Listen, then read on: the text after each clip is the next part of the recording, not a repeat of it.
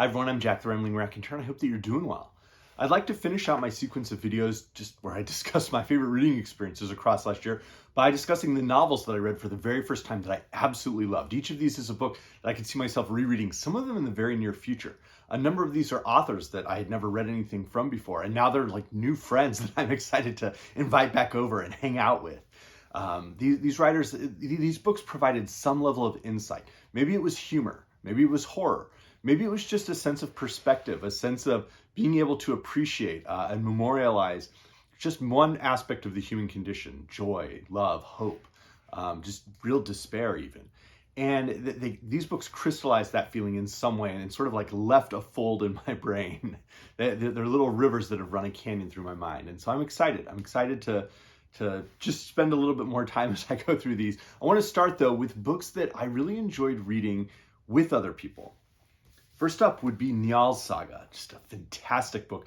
Probably the single best Icelandic saga. I really think it more and more as I've thought about it across the past year and thought about it in comparison with other sagas I've read. I think this is the strongest one, and I think this is maybe the strongest of the many, many works that have come out of medieval Europe. I think this has got to be on the short list of the best. We did this for Sagalong last year, and while I'm very excited for what we're going to do this year, it's going to be a great contrast to Njál's Saga. This was a wonderful book to read, and I can't recommend it highly enough. There's great action, but there's also the history, the creation of, the importance of law, the idea of, can there, what are the necessary components for a community and a society that can be ruled by law or versus one that is going to be ruled by revenge and blood feuds. So this was very, very good to read. Second was the posthumous memoirs of Brass Kubas by Machado de Assis. This book is hysterical. I was fortunate enough not just to read it, but to read it with one of my great friends, Noah from Everyone Who Reads It Must Converse. We were just discussing ideas across this novel for over a week and having a huge amount of fun. Machado de Assis is toying with every possible idea he could think of in this book. It's not a particularly long book, and yet it's filled with ideas.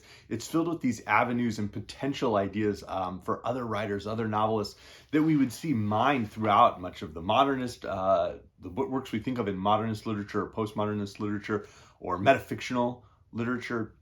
And Machado de Assis is just all over all of that. And this was a really, really fun book to read. And then finally, In a Lonely Place by Dorothy B. Hughes. I had never read anything by Dorothy B. Hughes before. I don't know that I've ever read anything by the anonymous writer of Njál's Saga because I don't know who that person was. I had never read anything by Machado de Assis. Oh, no, that's not true. I read Don Cosmero a long, long time ago, 10 years ago. But In a Lonely Place, this was really interesting to read. I'd been looking forward to reading it. I'd seen the film adaptation, which is wildly different, with Humphrey Bogart and Gloria Graham. It's very good. The book, though, is something else. I'm gonna reread this year, I think probably in March, and do a video on it because this is a book that is way ahead of its time. Not unlike Posthumous Memoirs of Brass Kubas. This is a book that is examining some really, really dangerous ideas that we see around the behavior of heroes in crime novels or in thrillers, and the tough man, the detective who can outthink people, and what that can mean when it's someone who's going to possibly, not use it in a heroic way. And this is a fascinating, fascinating book. My wife and I loved reading it. We loved talking about it. We loved, again, the ways in which Hughes was taking so many of the ideas that are common to, crime fiction, noir, and film noir, and taking those ideas and then tugging at them, probing them, taking them and us as readers in a different direction, and they worked so well. So, all right. And then up next, We Have Always Lived in the Castle by Shirley Jackson. I've read a whole slew of Shirley Jackson's works, but I had never read this one. And then Jordan Parsons put it up on his list of his video of 5 perfect novels. So I found a copy, and I really enjoyed it. I read it on vacation in Yosemite National Park. So this was quite a contrast, but what a strange story. One that I don't know that I was fully grasping. And so I want to return to it again and just kind of play with the story, play with the way in which Jackson, of course, has her surprises. Some of them we see coming, others we don't, but there's always so much going on in Shirley Jackson's works. People of the City by Cyprian and Quincy. This book is rock and roll before there was rock and roll. We are in 1950s Lagos. It's an unnamed city, but it's very obviously Lagos. And our central character is just all over the place. He is the crime reporter for a local newspaper. He runs a musical group in the evening. He's in and out of love. He's an everyman who's somehow involved in everything that you would think of the major types of like careers or interesting things that characters in a film or a book could be doing at that time. And he's doing it all in, what is within this book really colonial Nigeria. And he's a fascinating character to spend time with. He's a bit of a jerk. He's reprehensible more than once. And the society just moves. Every page of this book feels full of life. Even though there are characters who are dying and really awful things happen, the book is constantly moving. It's a narrative that just propels forward. And I felt myself sprinting through the book. And my wife had the same reaction. I think we each read it in just a very, very short period of time. It was wonderful. And if you enjoy like those novels from the 1920s, I think of some of the Jazz Age ethos. Even works like The Sun Also Rises by Ernest Hemingway. This is a book that I think fits very well with the feeling those books capture. It feels like a young book from a young writer who's just bursting with life, and it's so short. So this was really fun to read. And if you're doing the Reading Africa Challenge with the African Cup of Nations going on, and Nigeria becomes an entry, that's a perfect selection. Up next, Last Words from Montmartre by Chiu Miao-jin. This is sort of on the other end. This is a book that is pulling at the last breaths of life. It's an incredibly painful book. It feels as if Miao-jin is laying her despair, laying the feelings, the distrust she has, the doubts she has about so many aspects of her life out on the page. And yet, within all of that despair, there are these moments of real beauty, these moments that she clings to of these are maybe the times I was happiest. She was happiest. And these ways in which she is reimagining her own life and her own experiences as she knows that her life is going to be ending soon. And so this book is filled with emotion, but it's a very raw emotion that really does come through. And I certainly recommend the book, but it's also one to make sure that if you're going to read it, make sure you sort of know what you're going in for. But this is one that I was fascinated by Miao-jin from what I'd heard about her writing, and I have a copy of Notes of a Crocodile now, so I'm looking forward to reading that this year, because this one stayed with me. It's a devastating book. Equally devastating, Die My Love by Ariana Harwitz. This book was maybe and then the next one's coming up could pair right with it, but this was maybe the scariest book I read this year. The way that Harwitz captures just how intense life can be when one becomes a parent, and the ways in which every aspect of life is changed. And a lot of times we think it's for the better, but if it's not, those changes can feel like you're careening off a cliff. The way she describes the emotional feelings, this sense of feeling trapped, and trapped in a waking nightmare was really how I felt. And the deep physical and mental junction that takes place in the human experience, I think was captured here in a very excellent way. I think a lot of times we have writers who excel at sort of mental states or emotional states, or sort of this sense of plot and change and what's happening. And Harwitz captured all of that for this one character, this one young mother in Die My Love. And again, it's an unflinching book. It's a brutal book. It's one that I highly recommend, but I also recommend knowing what you're getting into before you give this one a shot. I'm excited to read Feeble-Minded by Ariana Harwitz, probably this year. All right, continuing that streak, it's going to get better. Trust me. It's going to get, I don't want to say better, it's going to get happier. We have At Night All Blood is Black. I read this at the very end of the year by David Diop. And it's a number of, this book, because of, I think, winning, I believe it was the Booker Translation Prize. No, the International Booker. I think this book has been sort of in the discourse a little more frequently, and that was how I had discovered it. Brian from Bookish recommended it, and he was spot on. This is a fantastic book, but it's so much, it seems like it's one book. It seems like it's this book about,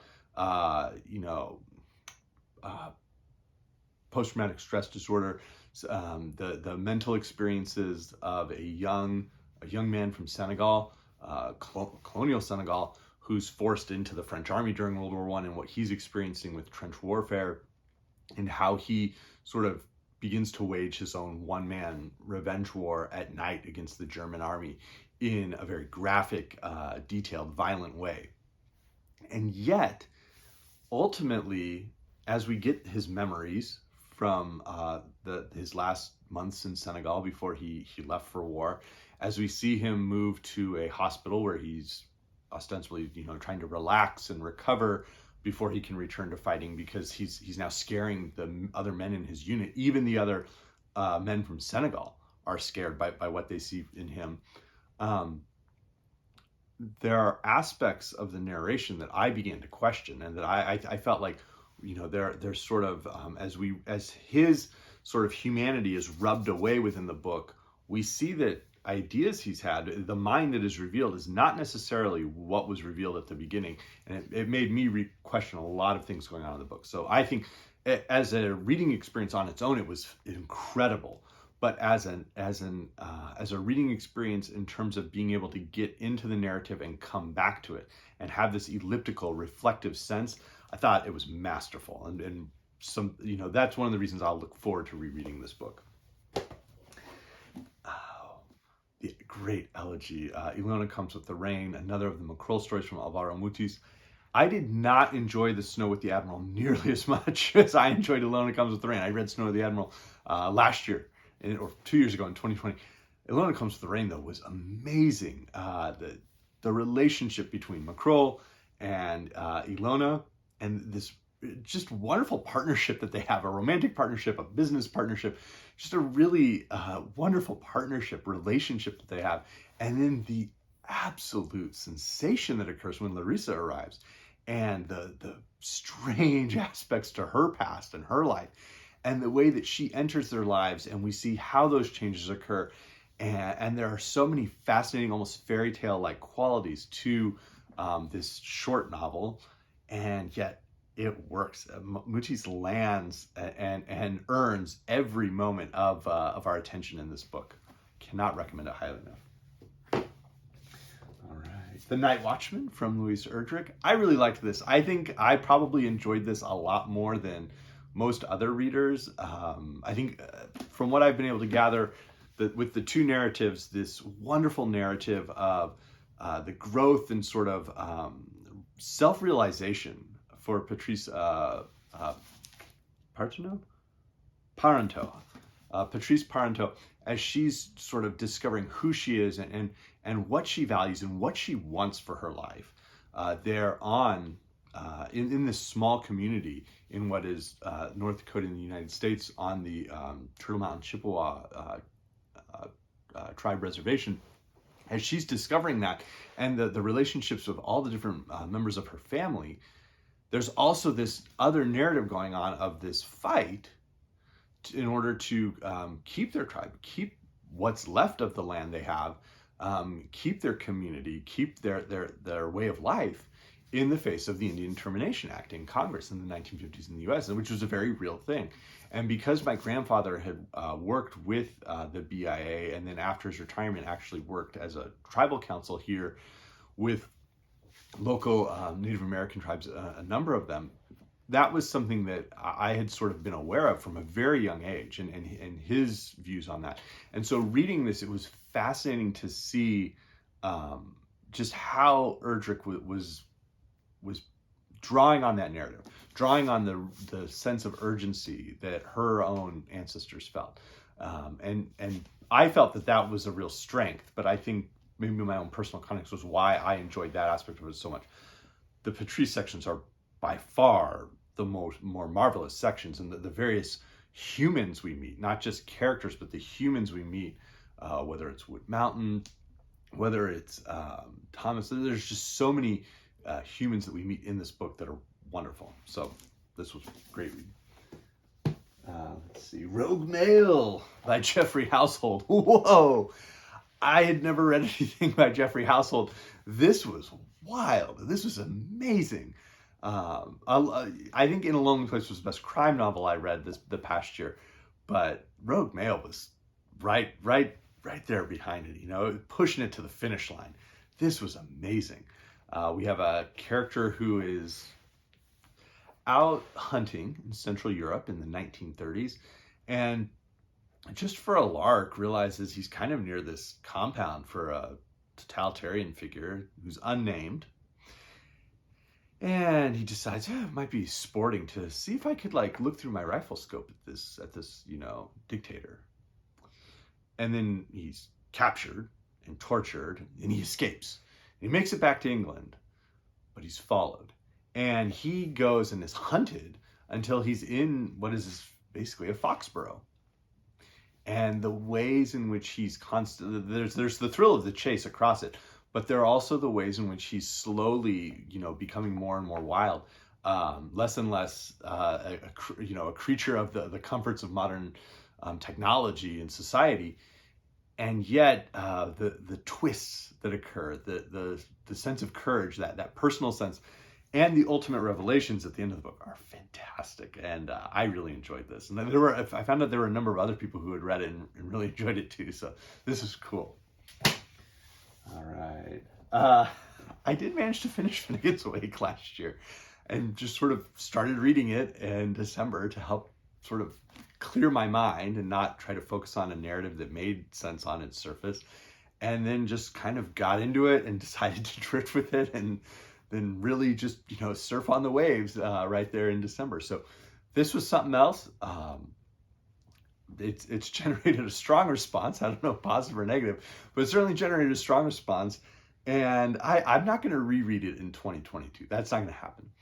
But there are enough aspects of it that I sort of thought were interesting or curious that I can see myself rereading this. It's not necessarily a book. I think I went into it thinking I'm going to read it once, I'm going to be done with it, and I'm never going to look at it again. Because there are books I've done that with that are longer books. I just kind of power through them. But this one, I think, has left me curious enough that it's going to stay in my mind. And there's so much language in it. It's like a buffet that's just open 24 hours. You can just keep eating and go try something else and then try. There's something there for everybody. But that means there might also be some stuff there that's not for you. So anyways, I enjoyed it, and I appreciate everybody who was sending their love, their jokes, their questions, their doubts about Finnegan's Wake. But the book that I think I had the most fun reading this past year was The Black God's Drums by P. Djeli Clark. Creeper was fantastic. Captain Anne-Marie was amazing. And I read this last February. I thought it was outstanding. I was just talking to everybody about it. I was talking to people at school about it. I was talking to librarians about it. My wife read it. We each read it in about, a 2-3 hour period. And so we had a lot of fun discussing it. And this is a book that taps into steampunk. It taps into so many different aspects of culture, of location, of setting. It was just everything that gets stuffed in here and manages to work. The narrative is thrilling. It's quite scary, the setting and what's been going on there.